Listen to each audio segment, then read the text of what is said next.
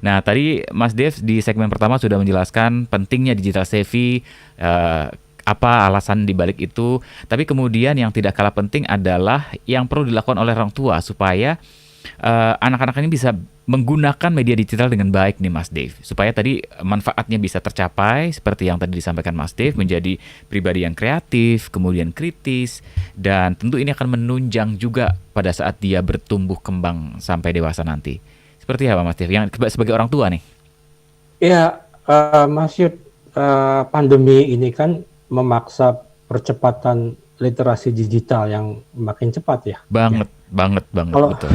kalau misalkan tidak ada COVID, manalah mungkin kita semua mau orang tua ini mau menerima budaya pembelajaran jarak jauh ya. Yang ada hanya berdebat, berdebat gitu kan ya. Dan pemaksaan itu ya baik dengan atau tanpa adanya COVID itu saya rasa 10 tahun ke depan kita akan menghadapi otomatisasi dan digitalisasi dalam Hmm. dunia pekerjaan, dan cerdas digital itu penting jadi kunci ya. Dan Mhm. apa yang harus dilakukan orang tua ya, anak anak sejak dini ya, anak sejak dini usia 3 sampai 5 tahun itu boleh diperkenalkan ya, kata kuncinya itu diperkenalkan dengan teknologi ya. Sedangkan kalau mereka yang usia lebih lebih dewasa, lebih tua ya, Mhm. 6 sampai 12 tahun yaitu diperkenalkan dengan mengajarkan how dan what for-nya. Oke. Bagaimana ini bekerja Mhm. dan tujuannya untuk apa. Ya kenapa dari kecil ya, karena kalau anak-anak diperkenalkan dengan teknologi dari Mhm. kecil ya, mereka akan jadi lebih mudah dan akrab Hmm.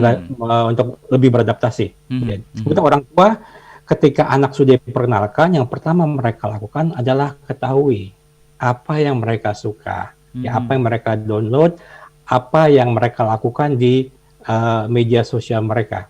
Oke. Kemudian alasan mereka menyukainya apa. Nah, itu Mhm. penting untuk tahu, bukan sok tahu.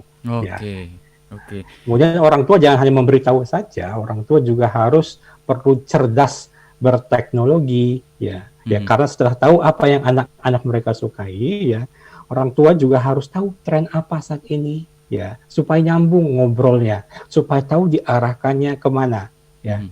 Mhm. Dan pastinya juga supaya orang tua bisa memantau aktivitas anaknya.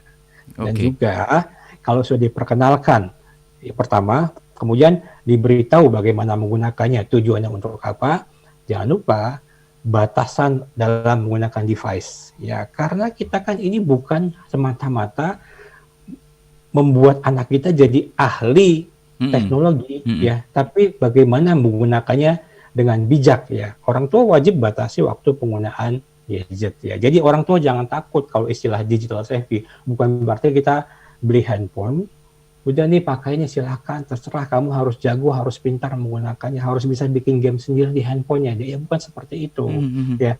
Tapi orang tua harus batasi waktu penggunaannya ya. Kemudian beritahu apa yang harus digunakan, apa Mhm. yang harus dipelajari. Misalkan coding, bikin game tadi, game sederhana, bikin Snake gitu ya, kayak di Oke. game Nokia dulu ya, Snake begitu ya. Itu bisa bisa mereka buat gitu kan ya. Oke. Kemudian video editing, ya foto editing ya, tergantung apa yang anak sukai ya. Oke. Oke.